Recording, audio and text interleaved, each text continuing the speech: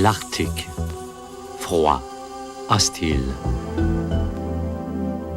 Une terre où l'on doit lutter sans cesse contre les éléments pour survivre.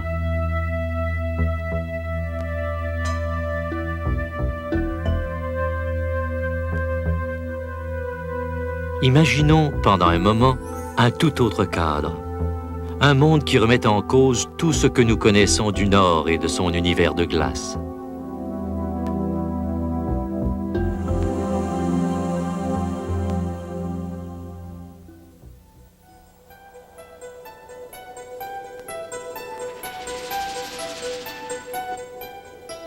Pendant un court laps de temps, tous les ans, l'été descend sur le haut Arctique.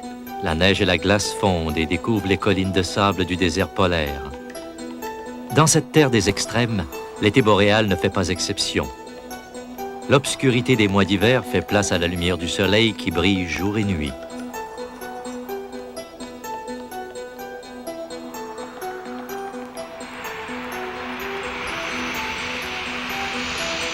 C'est le moment qu'un groupe de chercheurs attendait avec impatience. Venus des quatre coins du monde pour se lancer dans une aventure extraordinaire, ils tenteront de découvrir les traces d'un monde enfoui depuis la préhistoire. Les preuves qu'ils sont venus chercher mettraient en cause non seulement l'idée que nous nous faisons de l'Arctique, mais aussi celle de l'évolution même.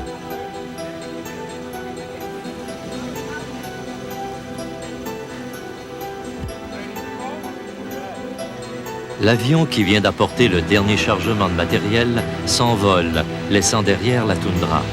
C'est alors que commence l'aventure. Le temps presse. Dans quelques semaines, les secrets de l'Arctique seront à nouveau enfouis sous la neige et la glace.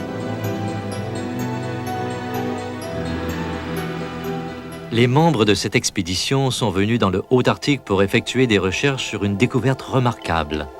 Sur l'île d'Axel Heiberg, située à près de 1000 km du pôle Nord, un pilote d'hélicoptère a découvert ce qu'il croit être les vestiges d'une forêt ancienne qui pourrait avoir existé il y a des millions d'années.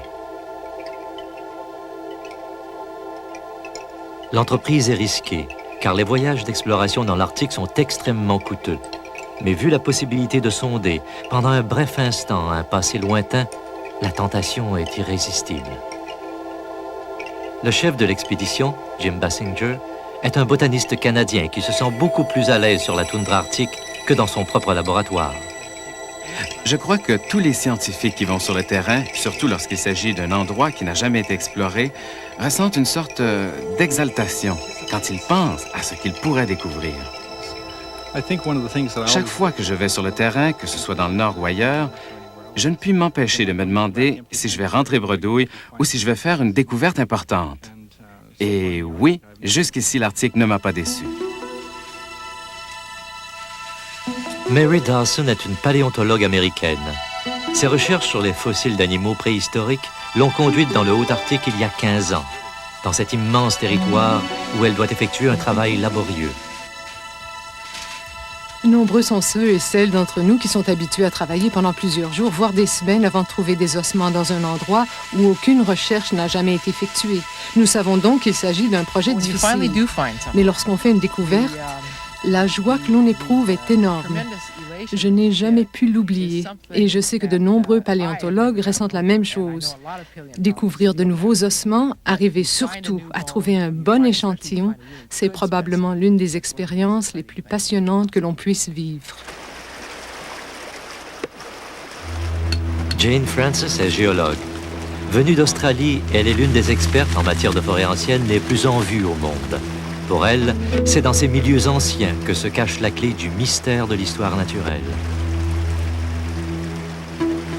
Le travail d'une géologue, c'est un peu comme celui d'une détective. Petit à petit, le tableau prend forme et on commence à voir à quoi ressemblait la planète à une époque très ancienne, comment notre monde d'aujourd'hui s'insère dans l'histoire de toutes ces transformations du monde végétal, des montagnes, des océans, du climat, et comment la situation actuelle s'intègre à tout cela. Le soir même de l'arrivée de l'expédition, Basinger étudie les cartes de la région pour pointer l'endroit exact où le pilote d'hélicoptère a fait sa découverte. Francis mesure la vitesse du vent, premier signal du temps instable de l'Arctique. Le lendemain, le temps est clair. Après tant d'attentes, c'est maintenant le moment d'aller voir ce qui se cache au sommet de la grande colline.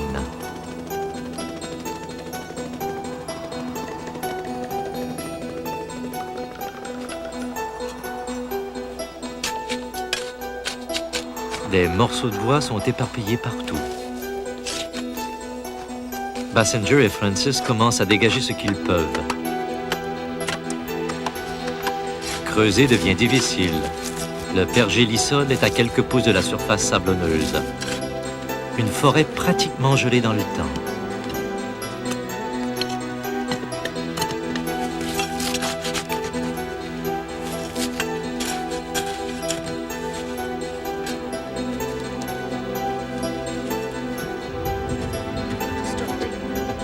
C'était fascinant d'être là, à voir ces forêts, à mettre à découvert un arbre que personne n'a jamais vu, vous laissant entrevoir un petit fragment du passé. Et ensuite, d'essayer de reconstituer ce à quoi cela ressemblait. C'est tout un honneur d'être les premiers à jeter un coup d'œil sur ces forêts. À des milliers de kilomètres au nord de la limite des arbres, il ne peut s'agir que des vestiges d'une forêt qui date de longtemps. Oui, mais depuis quand est-elle là? De quelle sorte de forêt s'agit-il? Un fait remarquable, les arbres fossiles ne se sont pas transformés en pierre, comme c'est le cas de la plupart des bois avec le temps. Bassinger établit leur identité. Des métaséquoias et des cyprès des marais, arbres disparus de l'Amérique du Nord depuis des millions d'années. Le métaséquoia était, pense-t-on, disparu, jusqu'à récemment lorsqu'il a été découvert dans une vallée isolée de la Chine. Ces arbres n'auraient pas pu survivre dans le froid. Ils n'ont pu pousser que dans un climat chaud et humide. L'Arctique aurait-il déjà été une zone de marais où foisonnait une végétation luxuriante?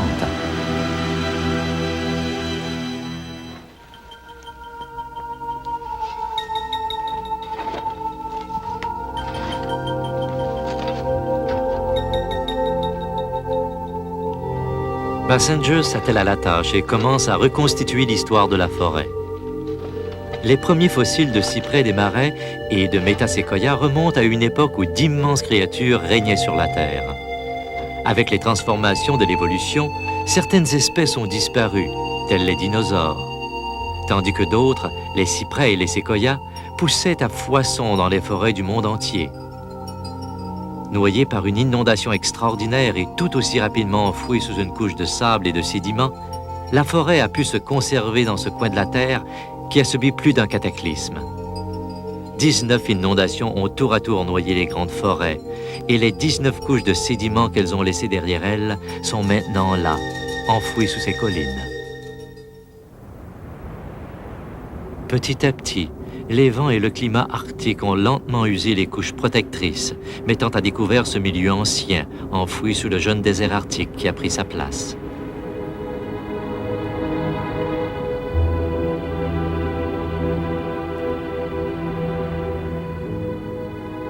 Quoi d'autre a pu être enterré par les grandes inondations? Bassinger ratisse les flancs des collines à la recherche d'indices.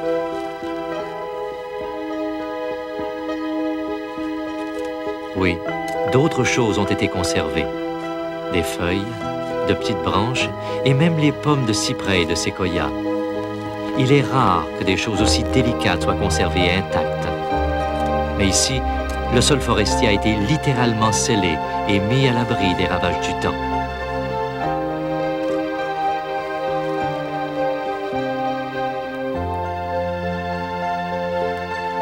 Quelque chose d'autre parmi ces fossiles attire l'attention de Bassinger.